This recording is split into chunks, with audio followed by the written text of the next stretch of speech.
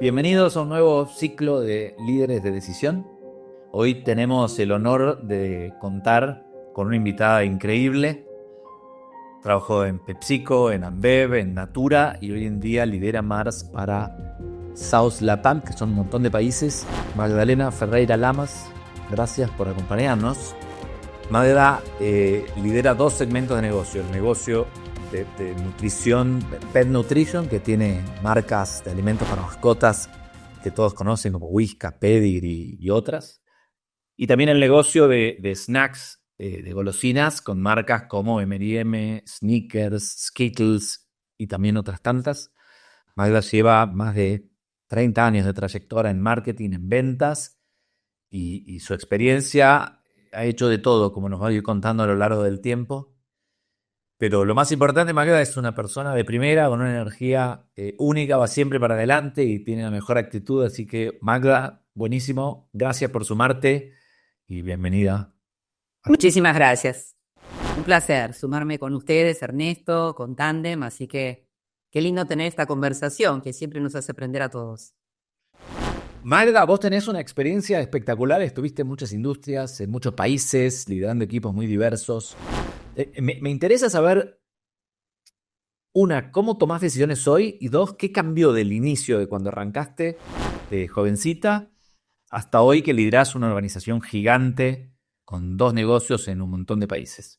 Como bien mencionaste, yo trabajé en diferentes compañías. Hay compañías que son mucho más directivas, otras que son más de consenso. Y obviamente, dependiendo de la cultura, uno tiene que orquestar y balancear la manera en que aborda esto, ¿sí?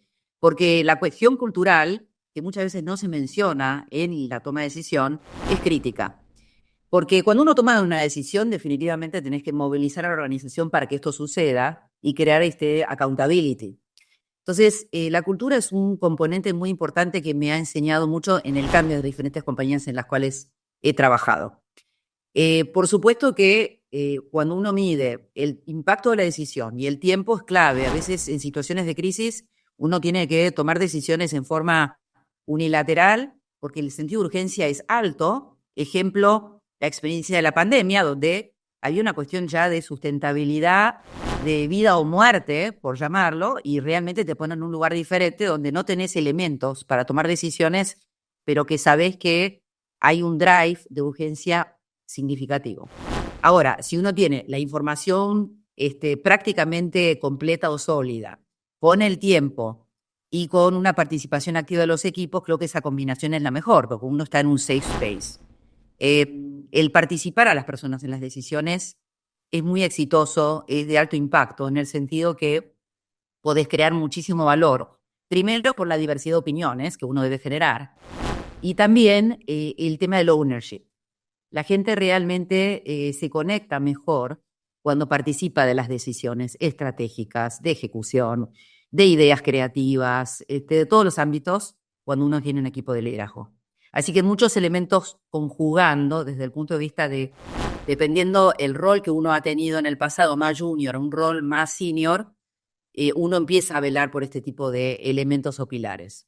Y también está el liderazgo situacional, ¿no? Yo he manejado operaciones muy grandes con equipos super seniors, entonces el liderazgo situacional también te pone en un marco de hasta cuándo uno delega, dónde se involucra y de qué manera realmente moviliza un equipo para que dentro del consenso un equipo de liderazgo senior pueda realmente comprometerse a tomar las decisiones y las recomendaciones. Lo que nunca se delega es la responsabilidad, ¿no? A veces el empowering con responsabilidad. Y un último elemento que se ha hablado muchísimo, pero que en muchas empresas nos cuesta, es la toma de decisión empoderada dándole el safe space del riesgo.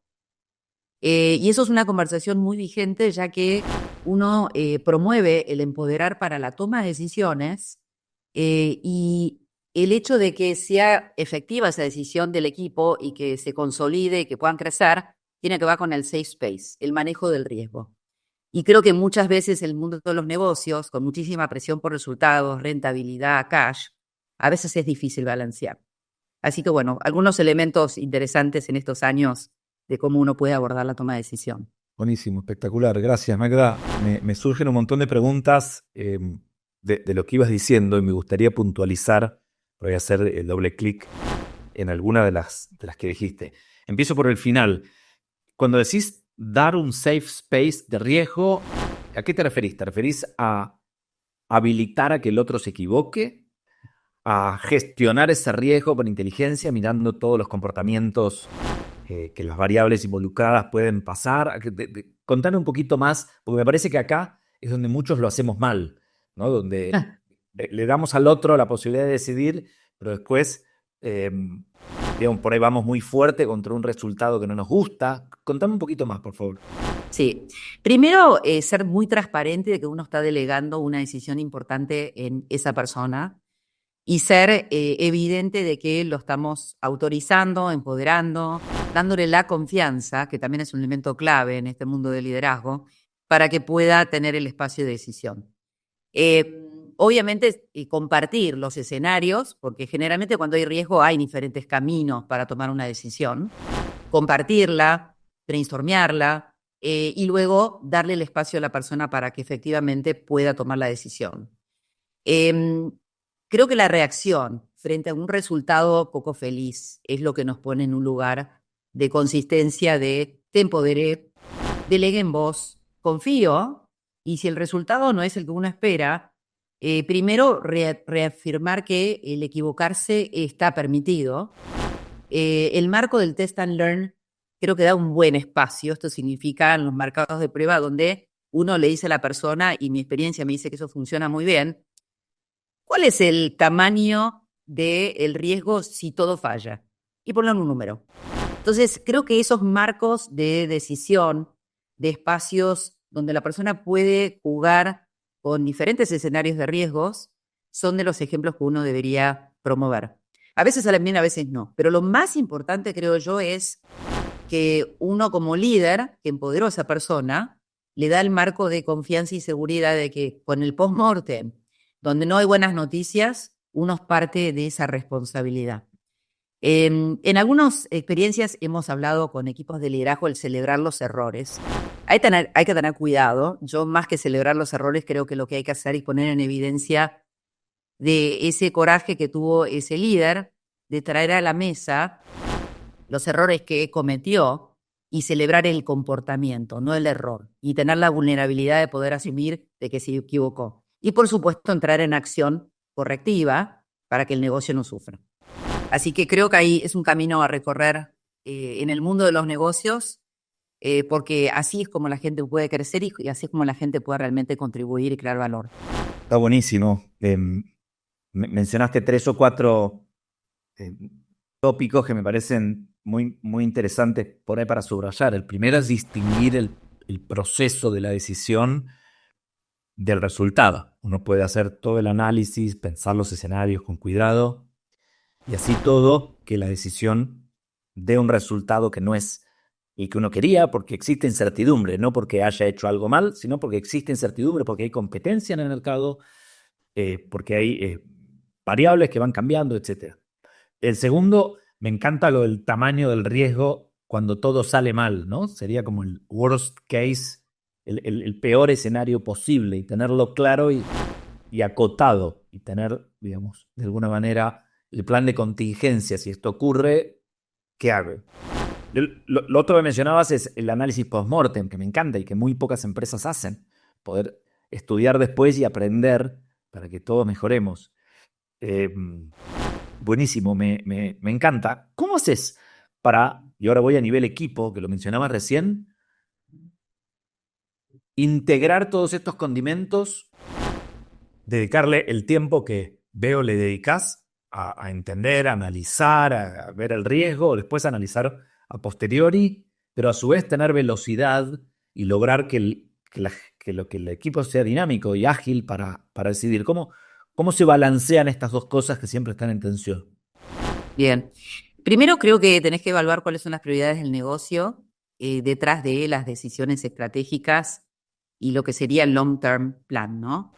Y decido en qué marco yo me involucro y que es crítico que tenga que estar sumamente involucrada, por supuesto, siempre con el equipo. Después, evaluás los capabilities de tu equipo, ¿no? Tanto strengths desde el punto de vista técnico como managerial. Y ahí empezás a jugar en qué puntos vos tenés que estar coacheando y acompañando al equipo detrás de aquellas áreas donde sabés que ellos son críticos, llámense un área funcional, pero que tenés que estar cerca para que esa persona pueda tener éxito. Y siempre detrás de, yo te diría, el estado de resultados, caja y el engagement de la gente. Esa es como mi brújula constante en el mundo de los negocios. Y en la medida que uno va viendo cómo contribuye, crea valor y cómo se siente el cliente frente a el negocio, la propuesta de valor que uno genera, tengo mi framework de dónde me voy involucrando. Y siempre trato de ver en aquellos puntos donde más ayuda se necesita, o sea, donde veo más vulnerabilidad en líneas o acciones o estrategias o tácticas, donde tengo que estar más involucrada y siempre dentro de la mezcla de qué crea valor para el negocio y cómo está tu equipo capacitado para poder llegar a esos resultados. Y luego medir, ¿no? Y medir mensualmente cómo evolucionan las prioridades del negocio. Por supuesto, vos lo mencionaste, Ernesto, el mundo cambia de una manera dramática, entonces siempre hay que estar ajustando y calibrando. La estrategia no cambia, pero probablemente los caminos para llegar a ese norte pueden cambiar. Y entonces hay que transmitirle al equipo que más que cambio de prioridades es cómo nos vamos adaptando con el famoso agility para poder crear valor en un mundo muy buca. Y ni que hablar los 9 mercados que tenemos en Mars Latam. Está buenísimo. Retomo otro de los elementos que mencionabas al inicio, que hablabas de la importancia de la cultura. ¿Qué palancas has visto a lo largo del tiempo que ayudan a que una empresa sea más ágil y decisiva? Creo que hay una mezcla cultural de la empresa per se y un componente cultural de los países donde uno impacta, ¿no? Porque, bueno, yo he trabajado en diferentes compañías, como les mencionaste, y he vivido en diferentes países, ¿no? Bueno, Argentina, Perú, Bolivia, México. Entonces, esa combinación y esa mezcla, y siempre tengo el dilema de qué prima, la cultura organizacional de la empresa o la cultura del país. Y creo que uno como líder necesita drivear ambos. Y cuando hablo de drivear ambos es, yo tengo que ser efectivo para crear valor en la empresa donde estoy trabajando. Y por otro lado, tengo que entender cuáles son los drivers culturales para la toma de decisión de ciertas personas. Claramente Argentina es muy diferente a México, ¿sí? Entonces, lo importante acá es, la toma de decisión es relevante, pero lo más importante es que esa decisión se ejecute, ¿sí? Porque uno puede decidir cosas del negocio, prioridades, etcétera, pero si esa decisión finalmente no permea, no se entiende o se interpreta diferente, es probable que la ejecución sea una catástrofe. Entonces, los dos elementos son claves, tanto de la cultura organizacional de la empresa, la situación de la empresa. No es lo mismo una compañía en crisis, una compañía en venta, que una compañía que está transformando, una compañía que tiene éxito. Entonces, también hay una impronta de situación, de estado de resultados y de performance que te puede cambiar el sentido de urgencia de la decisión. Todo va mutando, hay compañías que requieren mucho consenso y viven crisis. ¿Qué tiene que hacer uno como líder? Plantear, señores, yo entiendo que el consenso es clave. Ahora, si nosotros no tomamos la decisión en un mes, cuando naturalmente tardaba 6, nos va a pasar todo esto.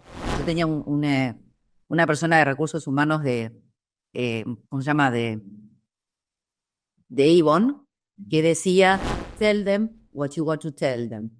Yo al principio no lo entendía. Y la verdad es que entendí que la gente muchas veces necesita tener mucho más contexto de lo que uno asume, aún con el sentido de urgencia.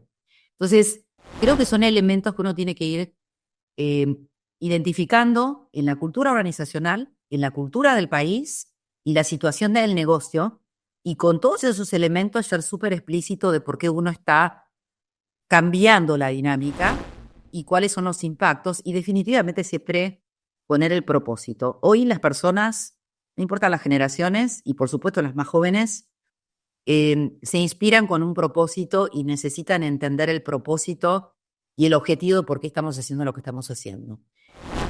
Entonces, uno decide, pero lo más importante es que esa decisión se entienda y se ejecute. Gracias, Magda. Me gustaría ir un poquito negocio y por ahí tratar de capturar algunos de los aprendizajes o algunos aprendizajes de las distintas industrias, mercados en los que operaste.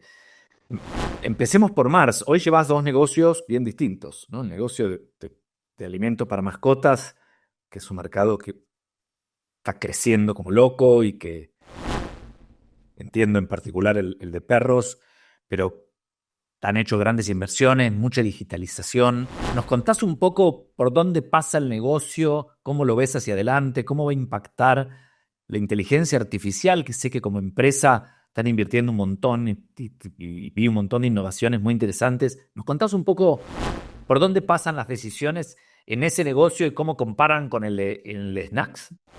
Bien. Bueno, primero el negocio o los negocios en general, Ernesto, para mí lo que tienen como común denominador es no olvidarte del cliente. Cuando uno pierde el norte del cliente, es probable que la compañía no esté creando valor o no esté creciendo. Eso como común denominador en cerca de las 14 categorías en las cuales he tenido el privilegio de poder sumar. En el caso de Mars, tenemos a los pet parents, ¿no? Y la palabra parents tiene justo mucho que ver con esto de cómo el mundo está cambiando y cómo va evolucionando la familia, la constitución de la familia, donde la mascota pasa a ser un miembro de la familia. Vos hablabas de los perros. Yo lo que te puedo decir es que los gatos están teniendo un crecimiento exponencial dentro de las familias. Hay un componente emocional a tal punto que encuestas que tenemos en Mars, detrás de los pet parents, que habla de 7 de cada 10 personas consideran a la mascota como un miembro de la familia. Y 4 de cada 10 considera que es el ser más importante de su familia, con lo cual hoy la mascota pasa a ser un familiar, con lo cual las emociones, los sentimientos, la conexión, qué le doy de comer, cómo lo cuido, representan como un hijo, ¿no? Hoy hay términos como los perrijos, etcétera, y tiene que ver con eso. Entonces, ¿en qué ha evolucionado este mundo de las mascotas? En que el protagonismo de la mascota pasa a ser un miembro de la familia, con lo cual la propuesta de valor, en nuestro caso con Mars, de alimentos, es crítico, porque lo que yo le doy de comer a mi perro o a mi gato es como si yo le diera de comer a mis hijos. Entonces, eso genera un raise the bar enorme desde el punto de vista de información, calidad, el nivel de proteínas que le estoy ofreciendo en la nutrición para la mascota, una cantidad de necesidad de acceso a información, como cuando uno va al pediatra para saber qué es lo que le tiene que dar a su bebé, y las consultas a los veterinarios. Entonces, hay todo un ecosistema creado donde cuando uno mira la curva de venta de pañales y la curva de venta de pet nutrition, se cruzan, ¿no? Menos pañales, más mascotas y alimento para mascotas. Por otro lado, el negocio de chocolates, snacking, nosotros distribuimos, importamos de diferentes mercados. Mars tiene un renombre gigante desde el punto de vista de pool de marcas, con M&M's, con Snickers y otras marcas.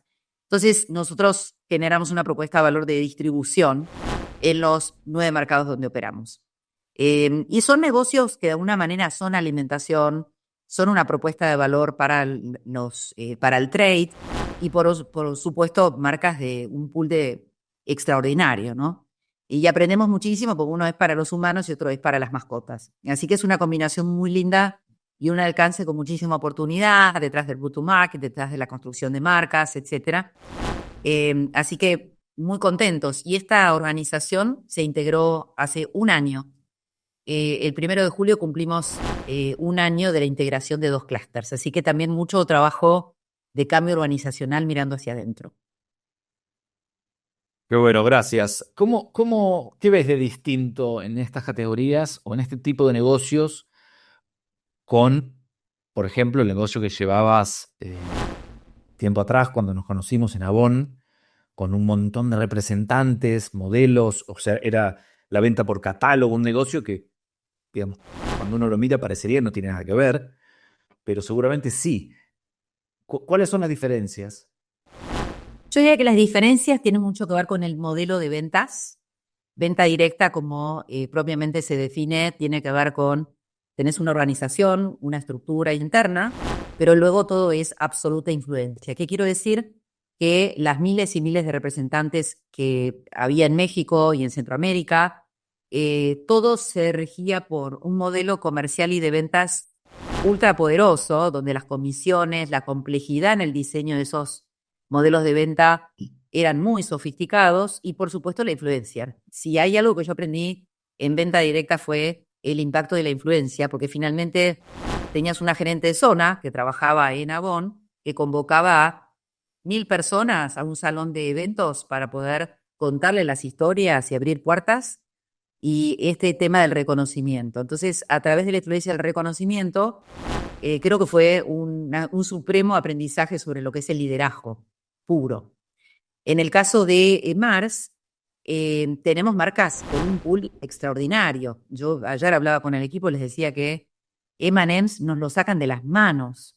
Cuando uno habla de Whiskas, es el genérico. Entonces, creo que es una compañía mucho más orientada al pool de las marcas, una compañía, un family business también. Avon era una compañía pública.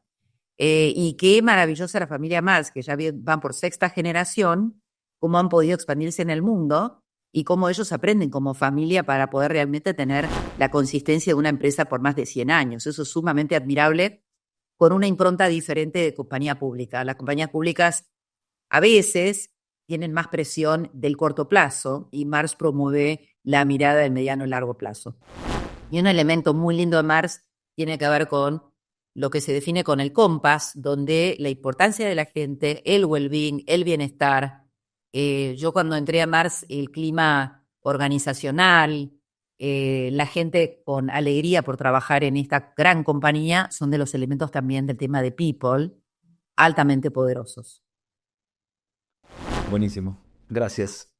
Te llevo el futuro, en realidad el presente. ¿Qué están haciendo hoy con inteligencia artificial? ¿Qué crees que viene? Para mí es impresionante lo que está pasando. Nosotros nos hemos metido de cabeza y veo que hay muchas compañías invirtiendo muy fuerte. Sin embargo, todavía se captura un porcentaje de valor chiquito respecto a lo que va a pasar dentro de 10 minutos, ¿no? ¿Hacia dónde lo estás viendo? ¿Cómo crees que va a evolucionar el negocio de ustedes a futuro con, con todo lo que está pasando? Bien. La inteligencia artificial creo que va a ser y está siendo hoy un gran complemento para minimizar todo lo que tiene que ver con lo transaccional. Ahora, el conocimiento, el factor humano no se reemplazan, porque se habla muchísimo en AI esto del prompt. Y para poder darle un prompt correcto, tenés que saber. Entonces hay una cuestión de conocimiento, de prompting, para que la inteligencia artificial genere ese valor mayor de lo que vos mencionás, Ernesto. Entonces, eso como situación genérica, obviamente hay trabajos manuales que va a ser mucho más lejano el tema del reemplazo de esos roles. Hay otros que sí van a ir mutando y migrando a otro tipo de actividades. Creo que lo interesante es que lo transaccional, que suena un poco menos inspirador que lo operativo, va a ser una generación de valor enorme desde el punto de vista de cómo puedo actuar más rápido y entender más rápido una cantidad de data, porque hablamos muchísimo de data, que hay que transformarla en información y acción, y eso justamente lo va a agilizar de forma significativa. Nosotros vemos algunas señales muy buenas desde el punto de vista del marketing, en todo lo que tiene que ver con desarrollo de imágenes, desarrollo de ediciones, de postproducciones, etcétera, que son algunos ejemplos claros desde el punto de vista de mercadotecnia en Mars. Por otro lado, también, nosotros como Mars tenemos un negocio que es el negocio de veterinarias, que hay más de 2.000 veterinarios en Estados Unidos. Entonces, el tema de capturar data, el tema de la investigación, desde el punto de vista de salud para los gatos y para los perros también. AI ha hecho un gran progreso desde el punto de vista de ciencia y de medicina. Entonces, hay algunos spots que estamos visualizando que creemos que puede funcionar muy bien. Hay algunas campañas, por ejemplo, de adopción, donde a través de identificar ciertos perfiles o ciertas mascotas que buscan un refugio o alguien que los adopte, también hay una dinámica de artificial intelligence que permite conectar rápido el futuro tutor de la mascota para ser adoptado. Entonces, hay algunos juegos, creo que siguen camino por recorrer en Mars y en muchas compañías. Hay una atención también importante desde el punto de vista de cybersecurity, ¿no? Porque, y de data privacy. Entonces, las compañías como nosotros y otras grandes balancean permanentemente esto de cómo genero esta cuestión de ir rápido con AI y cómo manejo el data privacy y cómo manejo todo lo que tiene que ver con la ciberseguridad. Entonces creo que hay que orquestar los tres para tener mucho cuidado de no tener disrupciones en el negocio de mayor impacto. Sabes que mi mirada es que de acá a algunos años, en al menos algunas industrias, seguro no en todas, el líder va a ser una empresa casi autónoma. Es decir, una empresa cuyas decisiones se tomen en un enorme porcentaje de forma automatizada o aumentada. Y lo que leo es lo que estás diciendo, que hoy se usan para hacer minutas de reuniones y está muy bien, para hacer algunas cosas más, pero lo que nosotros estamos empezando a ver en algunas compañías, y creo que se va a acelerar muy fuerte, es inteligencia artificial tomando la decisión por el humano o dándosela muy, muy, muy masticada, digamos. Entonces, decisiones de precios, de promociones, de descuentos que todavía se toman muy a mano, las elasticidades en un Excel, o decisiones logísticas que se van a tomar de manera directamente automatizada, y el humano, en lugar de ser el que toma las decisiones informado por computadoras, lo que va a pasar es que va a ser la computadora la que decida, guiada por el humano. Si efectivamente el juicio humano es crítico y lo necesitas, pero hay un montón de cosas que la máquina las hace simplemente mucho mejor. Llevamos 20 años sin que un jugador de ajedrez le gane a una computadora y no le va a ganar nunca. Hay un montón de decisiones que la máquina las va a tomar tanto mejor, que a mí me tiene, a nosotros en Tandem nos tiene apasionados. Qué bueno. Me gustaría hacerte una serie de preguntas personales, si me permitís, conocerte un poco más y entender, a ver qué has ido aprendiendo a lo largo del tiempo. La primera, en tu rol que conozco de impulsora del liderazgo femenino y de las B Corps y de la sostenibilidad. Lo hablábamos antes de prender la cámara y empezar a grabar. ¿Qué creencias crees que hay que desafiar sobre el liderazgo femenino? ¿Deciden distinto las mujeres que los hombres? Yo creo que hoy las mujeres todavía tenemos un challenge de poder tener ese sentido de pertenencia cuando hay una mayoría de hombres dentro de un equipo de liderazgo. Eso es una realidad y los humanos tendemos a sentirnos más cómodos con gente parecida a nosotros, ¿no? Entonces, eso sí es una realidad. Y tuvimos una reunión con Indra Nooyi, que fue la ex CEO de PepsiCo, y yo tenía como una especie de pensamiento que las cuotas no eran tan válidas para impulsar el talento femenino en las organizaciones, porque, digamos, yo no los tuve y me sentí un poco incómoda que eso le quitara el mérito al esfuerzo. E Indra, de una manera muy contundente, me dijo: Magda, se necesitan las cuotas. ¿Por qué? Justamente para poder generar un balance de participación. Creo que a las mujeres nos cuesta menos reconocer un error, poner en la mesa, postergar el ego y decir, acá me equivoqué, o pedir ayuda.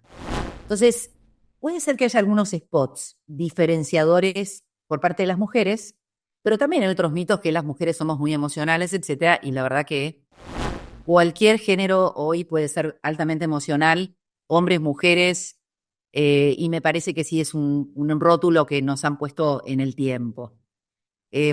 Yo creo que el balance entre los hombres, las mujeres, la diversidad permiten una mejor toma de decisión. A veces incomoda porque la diversidad de criterios te lleva más tiempo, que hoy estuvimos hablando mucho de las tomas de decisión, ¿no? Si todos son soldaditos, todos cortados por la misma tijera, etcétera, van todos por igual, probablemente las decisiones sean más rápidas. Dicho esto, creo que también nosotras las mujeres tenemos un rol a jugar ahí, de es creérnoslas, ¿no?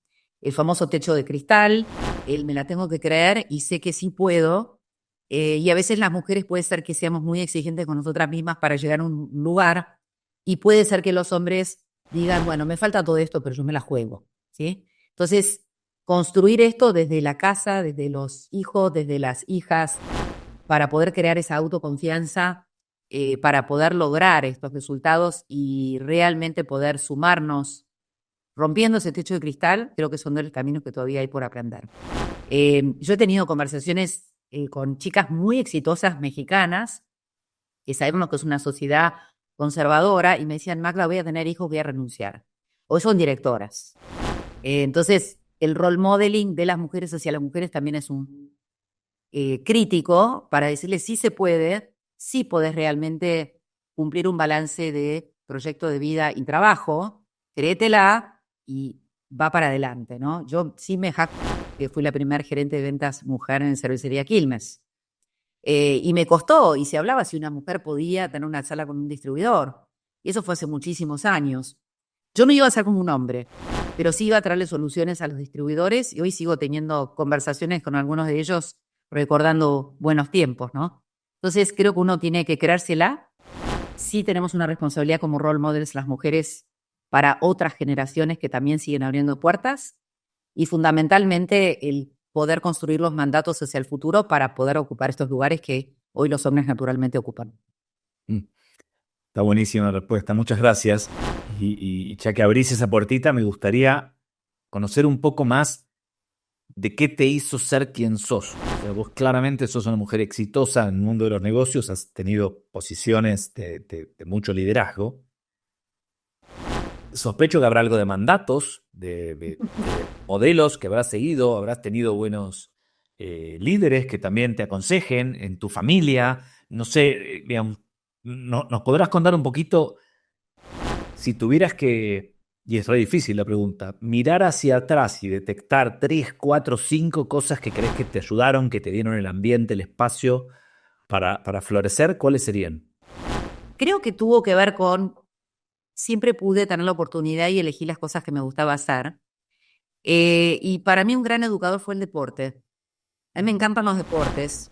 Y el hecho de drivear resultados a través de un equipo. Jugaba al hockey sobre césped, después jugué otros deportes, pero creo que eso me formó muchísimo para decir, si haces algo que te guste mucho, le pones la pasión, tenés el entusiasmo y siempre querés mirar con la mejora continua y tenés un norte claro, vas a llegar. Por supuesto, tuve oportunidades de educación, de estudios, licenciatura, posgrado, pero creo que siempre tuve el entusiasmo en elegir y la suerte de trabajar en proyectos que me entusiasmaban. Siempre con un propósito, generando impacto en las personas, en la gente, en el negocio y el aprendizaje continuo. Creo que esos son algunos de los elementos. Y además hay un factor suerte, ¿no? Porque uno a veces caes en un negocio en el momento correcto y tenés los recursos para lograr esos impactos. Por supuesto que los fracasos también te hacen muy fuerte y te hacen aprender mucho más que los momentos de éxito. Así que yo te diría, siempre estar muy entusiasmado con lo que uno hace, si elegís algo, hacerlo muy bien. Sí tuve dilemas con respecto al tema personal, ¿no? Este balance, porque yo soy mamá de 3 hijos y abuela de 2, casada por segunda vez con un marido extraordinario. Entonces, sí me considero una persona exitosa, pero por la definición de que soy una persona feliz, ¿sí? Porque también hay que tener cuidado con la definición de éxito desde el punto de vista de recorres una carrera, pero bueno, ¿cómo está tu vida de una manera holística? Y soy una agradecida de todas las cosas buenas que me han pasado y que me siguen pasando. ¿Cuál es tu definición de éxito? Mi definición de éxito es el balance entre la vida personal y profesional, y cuando te levantás a la mañana, estar feliz con lo que te toca en ese día. Mencionabas recién fracasos. ¿Te acordás algún no sé llamarlo fracaso, algún error que hayas cometido en alguna decisión de la cual después hayas podido aprender? Porque seguro, después de tantas decisiones, habrás tomado algunas con buenísimos resultados y otras no tanto. ¿Te acordás alguna que puedas compartir? Sí, me acuerdo estando en México, en marketing, tomando decisiones de precio cuando en realidad había un enfriamiento enorme de la economía y tenía una presión descomunal por parte de global de tener que aumentar precios, y yo sabía que era un error. Mi error fue aumentar precios, pero el mayor error o aprendizaje fue no haber podido influir suficientemente para poder explicar por qué no teníamos que aumentar precios. Nos estrellamos. Después obviamente nos recuperamos, nos estrellamos un trimestre, luego recuperamos, pero creo que debería haber hecho mejor el trabajo de poder explicar el contexto y probablemente tener un costo político que en ese momento me daba miedo afrontar. Entonces, después fue mucho mayor el costo de tener que remontar ese trimestre tan duro y tan difícil. Magda, última, ¿en qué estás pensando últimamente? ¿Qué temas son los que rondan tu cabeza de cualquier tópico, digamos? ¿Qué te preocupa? ¿Qué te interesa? Bien, a mí me interesa el factor generaciones en el mundo de los negocios y cómo las diferentes generaciones, porque yo tengo generaciones hijos, digamos Z, millennial, y acá en la compañía no es excepción. Uno hoy opera con 5 generaciones. Y cómo los procesos de una compañía tienen que ser estándares, pero al ser estándares no respondes a esas 5 generaciones que operan en el mundo de los negocios. Y cómo ser exitoso con las 5, porque las 5 tienen mucho valor. Entonces es un dilema constante que tengo desde ese lugar, porque el propósito para una generación Z y cómo se motiva en un proyecto no es lo mismo que un baby boomer. Entonces, te diría que es un dilema, un desafío y un propósito de solución como líder hoy en este mundo de los negocios tan cambiante, donde las 5 generaciones hoy permanecen muy activas, pero con diferentes drivers de motivación. Y eso te diría que me obsesiona todos los días, de cómo generar impacto en la organización. Bueno, Magda, muchísimas gracias. Espectacular la conversación. Aprendí un montón de cosas. Me encantó poder cubrir tantos temas en este rato. Así que muchas gracias una vez más por el tiempo y la generosidad. No, gracias a vos, gracias a Tandem. Un placer charlar con vos, Ernesto, y la verdad que uno se inspira y aprende muchísimo. Y son conversaciones tan lindas, ¿no? De cómo uno puede hacer una diferencia con las personas que hoy quieren hacer cosas diferentes, generar un impacto positivo, etcétera. Así que gracias a ustedes por la invitación. Gracias, y a quienes están mirando, los esperamos en el próximo capítulo del ciclo de líderes de decisión. Muchas gracias.